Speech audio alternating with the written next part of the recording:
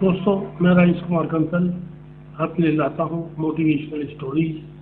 अगर आपने मेरे चैनल को अभी तक सब्सक्राइब नहीं किया है तो कृपया आज ही और अभी तुरंत सब्सक्राइब करें।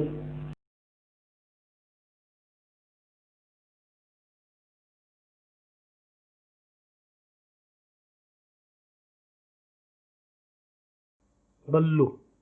अब ये नाम किसने रखा था, कौन थे इसके माँ बाप, ये तो बल्लू को भी नहीं पता था। कभी छोटा सा ही बिछड़ गया था अपने माँ बाप से। धुंधली सी याद थी, वो भी मजदूर ही थे शायद।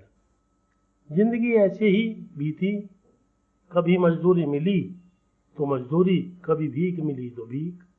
उसे अपने जैसी ही बेघर युवती मुन्नी मिली तो दोनों साथ रहने लगे। बस यूं ही हो गया गठबंधन और गृहस्थी चल पड़ी। अब इन दोनों के 3 बच्चे भी हो गए थे। इसी बीच भारत में कोरोना महामारी ने दस्तक दे दी थी। टोटल लॉकडाउन हो गया था और बल्लू और मुन्नी जो कबाड़ चुनने का काम करते थे, उन्हें अब अपने झोंपड़े में ही रहना पड़ता था। ये झोंपड़ा भी कबाड़ के ढेर में से मिले सामान से ही बनाया था। शहर से बाहर, जहां शहर का कूड़ा इकट्ठा होता था, इस छोटे से घर को कबाड़ में मिले सामान से सजाया था। बच्चों को कुछ टूटे फूटे खिलौने दे रखे थे जो कबाड़ के ढेर में से ही मिले थे। इनकी पूरी जिंदगी पक्के मकानों में रहने वाले लोगों के फेंके गए कबाड़ से ही चलती थी। मुन्नी और बल्लू बैठे देख रहे थे बच्चों को। मुन्नी ने कहा, पुलिस डंडा मार मार के भगा रही, अब पिन्नी प्लास्टिक तो मिले ना, किसी के घर भी रोटी न मांग सके अब तो।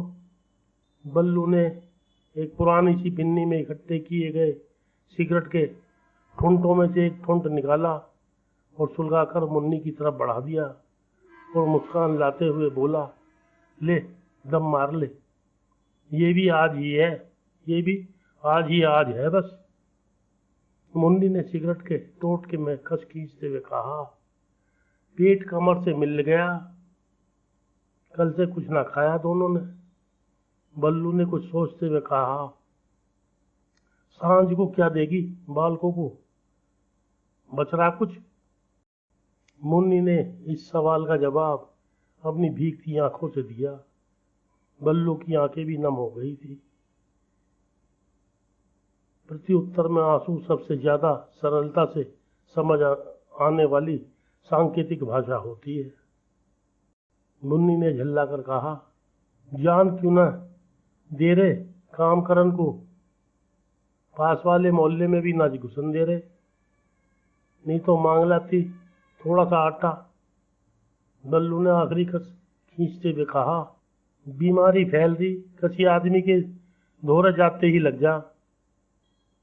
मुन्नी ने अपने उलझे बालों को सख्ती से सुलझाते हुए कहा, अमीरन की बीमारी है, कल बता रहे एक विदेश से लाया, कोई हवाई जहाज में बैठ के। बल्लू अपनी गर्दन को खुजलाते हुए बोला, वो तो बैठ गए अपने महल में, हम कहाँ जा। सरकार के लॉकडाउन को 3 दिन गुजर गए थे। बल्लू मुन्नी की जिंदगी में भविष्य के सपनों के नाम पर अगले समय पर भरपेट मिल जाने वाले खाने के ख्वाब होते थे बस। पन्नी चुक कर पैसे मिल गए तो कभी दुकान से लेकर कुछ खा लिया बच्चों के साथ। वैसे उससे इतना पैसा नहीं मिल पाता था। कभी कभी कूड़े में किसी घर का बचा हुआ खाना मिल गया तो वो खा लिया। कभी कबाड़ चुगते चुगते किसी घर से कुछ खाने को मांग लिया और भाग्य से गरम और ताजा खाना मिल गया तो इनके परिवार की दावत हो जाती थी। इनकी पूरी जिंदगी भीख और कबाड़े में मिली चीजों से ही गूंथ कर बनाई थी इन्होंने, और इस जिंदगी की जद्दोजहद हर शाम और हर सुबह के साथ खाने की तलाश से शुरू होकर उसकी तलाश पूर्ण होने पर सिमट जाती थी बस। सरकार ने मजदूरों को 1000 देने की घोषणा की थी, लेकिन दुनिया में बल्लू और मुन्नी जैसे भी लोग थे जिनका नाम शायद ही दुनिया के किसी सरकारी दस्तावेज पर इतने ढंग से लिखा हो, और बैंक खाता क्या होता है ये तो इन्होंने ख्वाब में भी नहीं सोचा था।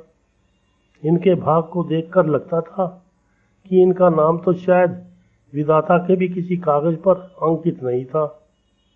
इनके समय बदलने का तात्पर्य बस इतना था कि सुबह से शाम और शाम से सुबह सरकारों की कोई घोषणा या योजना इनसे बहुत दूर तक बचकर निकल जाती थी। कुछ ऐसे ही जैसे कि आम लोग इनसे बचकर निकलते थे। पिछले 4 दिन के लॉकडाउन से इनकी जिंदगी भी लॉकडाउन हो गई थी। पिछली सुबह से बल्लू और मुन्नी ने कुछ नहीं खाया था, क्योंकि तीनों बच्चों की भूख मिटानी जरूरी थी। अब कूड़ा भी कम ही आ रहा था, उसमें भी कुछ खाने लायक नहीं मिल रहा था। अब तो बच्चों के लिए भी कुछ नहीं बचा था।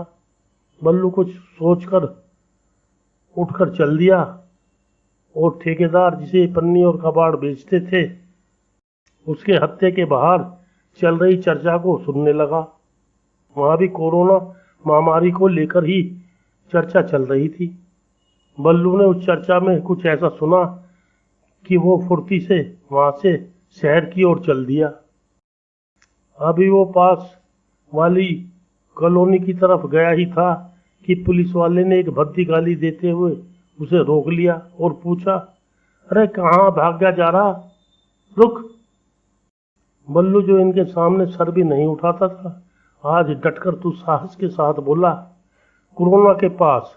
पुलिस वाले को लगा कोई पागल है, तो ठिठोली करते हुए पूछा, अरे तू बाल बाड़ेगा कि कोरोना के, चल भाग यंत्र।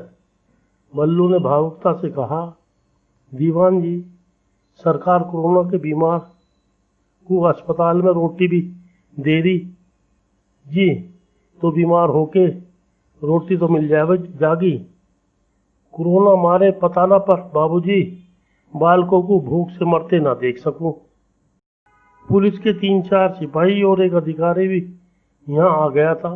बल्लू की बात सुनकर उन सबके चेहरों विनोदपूर्ण मुस्कुराहट से भरे थे, अब मलिन हो गए। सिपाही अब विनम्रता से बोला, सरकार पैसा भिजवाएगी तेरे खाते में भी, चिंता मत कर, और भी व्यवस्था करेगी भाई। बल्लू ने आंखों से आंसू लाते हुए कहा, बाबूजी, हर सरकारी व्यवस्था के लिए जितने कागज पत्र चाहा उतने तो ना हमारे पास, बस कुछ एक बना दिए हैं जब सरकारी बाबूजी ने, और अब कद आगी सरकार यो भी ना पता। फिर बल्लू ने उस सिपाही के पैरों में गिरते हुए कहा, बाबूजी, यो हाड़ मास की देह है, जीता जागता हूँ जी, पर यो ना दिखे जी किसी को भी। मुझे कुछ ना मिले खान को, फिक्र ना, पर वहाँ मुन्नी मेरी घरवाली और 3 बालक हैं, जो कल तक जो था खुद न खा के बालकों को खिला दिया, पर अब जी तो बालकों लाख भी ना जी। इतना कहकर बल्लू पुलिस वाले के पैरों में गिरकर फूट फूट कर रोने लगा। सिपाही ने पीछे हटकर खुद को उससे दूर किया।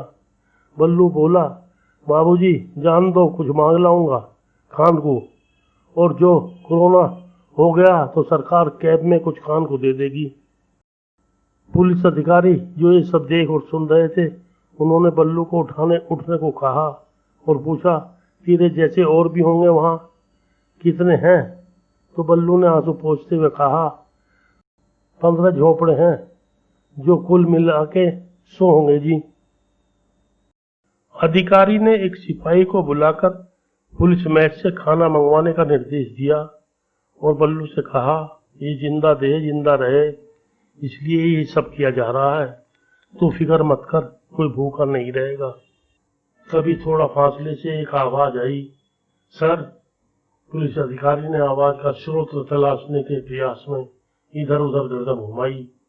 तभी पुनः आवाज आई, सर, यहाँ ऊपर। पास के ऊंचे अपार्टमेंट के फ्लैट बालकनी में खड़े लोगों में से एक ही व्यक्ति की आवाज थी ये।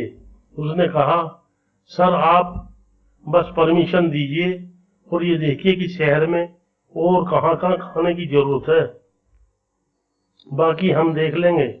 हमारी कॉलोनी के लोग ही नहीं, शहर में और भी लोग हैं जो इसमें साथ दे देंगे। पुलिस अधिकारी अब सोच ही रहे थे एक अन्य व्यक्ति बालकनी में से बोला आप कोरोना से लड़िए सर, इस भूख से लड़ लेंगे, भी है, लड़ाई हमारी भी है। चेहरे पर मुस्कान, पुलिस अधिकारी के चेहरे पर गरिमा के साथ उत्तर दिया, अभी तो इनके खाने की व्यवस्था हम ही कर देते हैं।